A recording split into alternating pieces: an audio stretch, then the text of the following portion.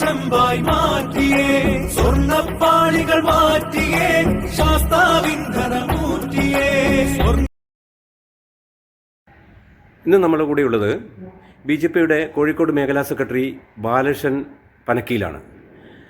ഈ ബാലകൃഷ്ണനോട് ഒരു കാര്യം ചോദിക്കുകയാണ്. കാരണം ഇന്ന് ഈ തെരഞ്ഞെടുപ്പിന് തൊട്ട് മുമ്പും അതിന് ശേഷവും വേറെ അയ്യപ്പനെക്കുറിച്ച് ഇറങ്ങിയ ഒരു ഗാനം, അയ്യപ്പനെക്കുറിച്ചാണെന്ന് പറയപ്പെടുന്നു, അങ്ങനെ ഒരു ഗാനം ചെറിയ കുട്ടികൾ പോലും പാടി നടക്കുന്നുണ്ട്. അതിൻ്റെ ഒരു കാഴ്ചപ്പാട് എന്താണ് ബാലകൃഷ്ണൻ്റെ പാർട്ടിക്കുള്ള കാഴ്ചപ്പാട്? ശബരിമലയിൽ കഴിഞ്ഞ കുറച്ചു കാലങ്ങളായി ഇടതുപക്ഷ സർക്കാർ അധികാരമേറ്റതിനു ശേഷം ശബരിമലയെ തകർക്കുവാനുള്ള ഒരു ഗൂഢ പദ്ധതിയാണ് നടന്നു വരുന്നത്. ഈ ലോക തീർത്ഥാടന കേന്ദ്രമായ ശബരിമലയെ തകർക്കുക എന്നുള്ള ലക്ഷ്യത്തോടു കൂടി അഭിസാരികളായ ബിന്ദു അമ്മണി, രഹന ഫാത്തിമയെ പോലുള്ളവർ ശബരിമലയ്ക്ക് കയറ്റുകയുണ്ടായി. ശരിക്കും ആചാര ലംഘനമാണ് നടത്തിക്കൊണ്ടിരുന്നത്. ആ ആചാര ലംഘനം നടത്തി നവോത്ഥാന നായകരാവാൻ വേണ്ടിയായിരുന്നു ഇടതുപക്ഷ സർക്കാരിൻ്റെ പിണറായി സർക്കാർ മുന്നോട്ട് നീങ്ങിയത്. സത്യത്തിൽ വിശ്വാസ കേന്ദ്രം, ലോക തീർത്ഥാടന കേന്ദ്രമായ ശബരിമലയെ തകർക്കുക എന്നുള്ള ഒരൊറ്റ ലക്ഷ്യമായിരുന്നു അതിൻ്റെ പിന്നിലുള്ളത്. ഇപ്പം അടുത്ത കാലത്തായി ഈ ശബരിമലയിലെ സ്വർണ്ണക്കൊള്ളയുമായി ബന്ധപ്പെട്ട് ഇലക്ഷന് തൊട്ട് മുന്നേ ഒരു പാട്ട് രൂപാന്തരപ്പെട്ടിട്ടുണ്ട്. ശബരിമലയിലെ സ്വർണ്ണക്കൊള്ളയായിരുന്നു അതിൻ്റെ മുഖ്യധാര. അതിനെതിരെ ആവിഷ്കാര സ്വാതന്ത്ര്യത്തിനെതിരെ കേസെടുത്തിരിക്കുകയാണ് ഈ ഇടതുപക്ഷ സർക്കാർ. എന്തുകൊണ്ട് ഇടതുപക്ഷ സർക്കാർ ഇതിനെതിരെ കേസെടുത്തു? വളരെ കാലം മുന്നേ തന്നെ മണിയും നാദൃശ്യയുമൊക്കെ ശബരിമല അയ്യപ്പനെ കുറിച്ചുള്ള പാട്ടുകൾ ഒരുപാട് പാടിയിട്ടുണ്ടായിരുന്നു. അത് പാരഡി ഉണ്ടായിരുന്നു, ഒരുപാട് സംഭവം നടന്നിട്ടുണ്ടായിരുന്നു. വളരെ ചെറുപ്പകാലം തന്നെ കരുണാകരനെ കുറിച്ച് പാടിയ ഒരു പാട്ട് എൻ്റെ ശ്രദ്ധയിൽ ഇന്നും എൻ്റെ മനസ്സിലുണ്ട്. പേരാറും പെരിയാറും ചില നദികൾ കൂടി പായുന്നു, മലനാടിൻ കണ്ണു കലക്കിയ തങ്കമണിക്കഥ പാടുന്നു.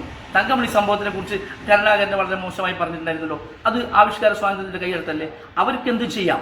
ഇന്ന് കഴിഞ്ഞ കുറച്ചു കാലം മുന്നേ സരിതാ നായർ വെച്ചുകൊണ്ട് നമ്മുടെ മുൻ മുഖ്യമന്ത്രി ഉമ്മൻചാണ്ടിയെ കുറിച്ച് വളരെ മോശമായ രീതിയിൽ പറഞ്ഞത് നമ്മൾ ശ്രദ്ധയപ്പെട്ടെ. അപ്പോൾ ഞങ്ങൾക്ക് എന്തും ചെയ്യാം, ബാക്കിയുള്ളവർക്കൊന്നും ചെയ്തുകൂടാ എന്നുള്ള രീതിയിലുള്ള ഈ ഇടതുപക്ഷ സർക്കാരിൻ്റെ ഈ നയം തിരുത്തേണ്ട കാലഘട്ടം അതിക്രമിച്ചിരിക്കുകയാണ്.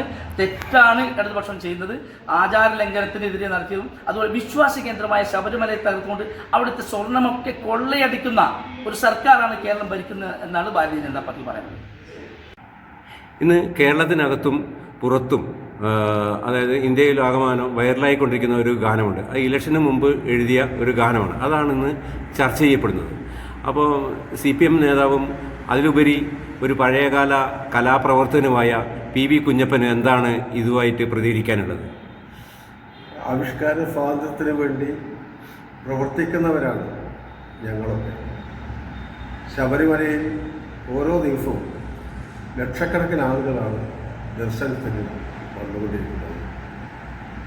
അയ്യപ്പൻ്റെ ശബരിമല ക്ഷേത്രത്തിൽ വെച്ച് സ്വർണ്ണപ്പാളി ആര് കടത്തിക്കൊണ്ടുപോയാലും അവരെല്ലാം പിടിക്കപ്പെടണം, ശിക്ഷിക്കപ്പെടണം എന്ന അഭിപ്രായക്കാരനാണ് ഞാൻ. പക്ഷേ ഈ പാട്ട് അവതരിപ്പിച്ച സമയം എന്ന് പറയുന്നത് യഥാർത്ഥത്തിൽ ഒരു രാഷ്ട്രീയ ലക്ഷ്യത്തോടു കൂടിയാണ് എന്ന് പറയാതിരിക്കാൻ കഴിയില്ല.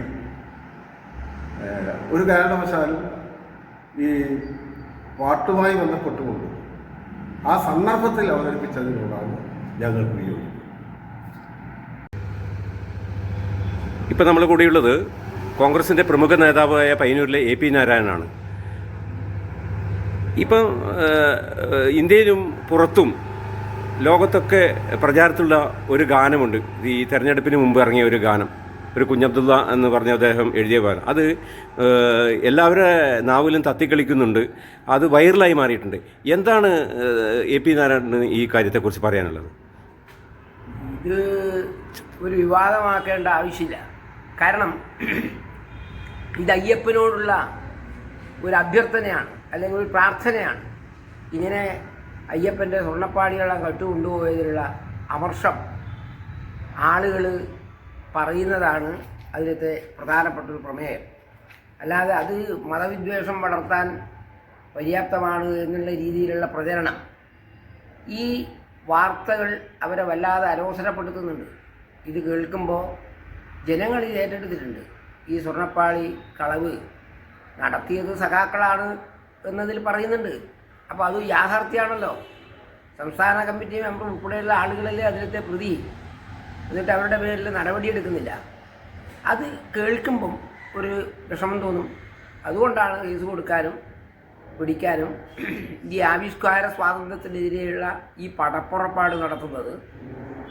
ഇത് നരേന്ദ്രമോദിയെ കുറ്റം പറയുന്ന പിണറായി വിജയൻ നരേന്ദ്രമോദിയേക്കാൾ ഏറെ മുന്നോട്ട് പോയിക്കൊണ്ടിരിക്കുകയാണ്. ഈ കേസിൽ മാത്രമല്ല, പല കേസുകളിലും ജനാധിപത്യപരമായ അഭിപ്രായ പ്രകടനങ്ങളെ ഈ രീതിയിൽ കേസെടുത്ത് ഒതുക്കുന്ന സമീപനമാണ് മുഖ്യമന്ത്രിയുടെ ഭാഗത്തു നിന്നുണ്ടാകുന്നത്, പിണറായിയുടെ ഭാഗത്തു നിന്നുണ്ടാകുന്നത്.